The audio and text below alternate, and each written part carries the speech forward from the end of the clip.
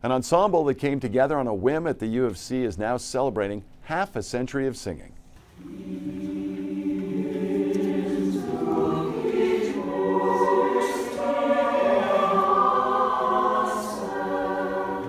Here's a look at the Calgary Renaissance singers and players earlier this month. The performance marked the first concert of the group's 50th anniversary season.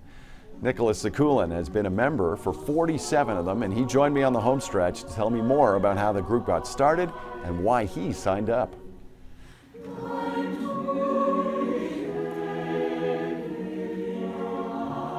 47 years? Yes, and I'm not the longest standing member of the choir. I'm sure there are a few who have been with the choir for 50 years. One. All right, so first of all, how would you define Renaissance music? How would I define Renaissance music? We interpreted it extraordinarily broadly, anything from about the 8th century through to the 21st century, but the core of it is the 1500s and the 1600s. Now, in retrospect, when you talk about the Renaissance period, the Calgary group being around for only 50 years, it seems brand new, but how did it get started here?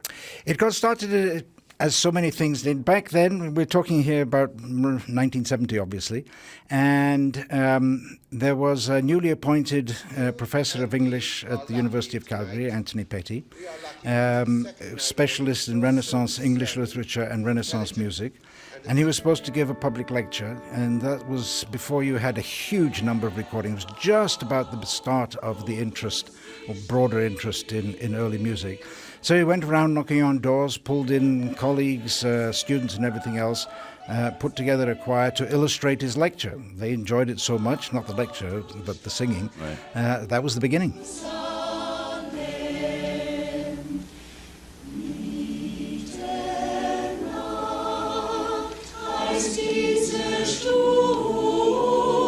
And how did you get involved?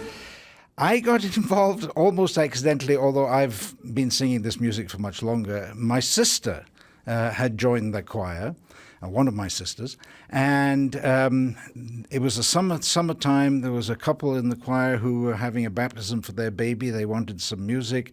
They were short, so they hauled me in, and I never left. So what do you like about singing Renaissance music? I simply enjoy the music. It's satisfying to sing because it has both emotional and intellectual sides to it, and you really have to learn to balance those to do it. And why do you think your group has lasted this long in Calgary? 50 years is a long time. 50 years is a long time.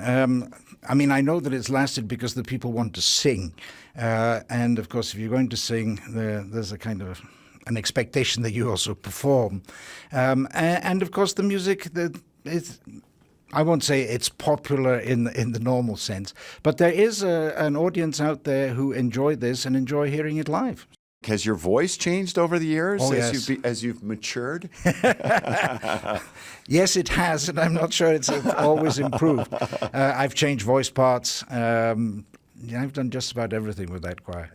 So if you could pick a song, which would be your favorite Renaissance piece that perhaps we can play here? Oh, I have a lot of Renaissance pieces, but I think I have to go with that piece that started out my career 60 years ago. Wow. More than that, actually. No, 60. It's absolutely fantastic, classic choral piece for choir only by Giovanni Palestrina, the Roman composer, Secret Cherubs, which is a setting of Psalm 42. And here's Nicholas and the other members performing that piece earlier this month.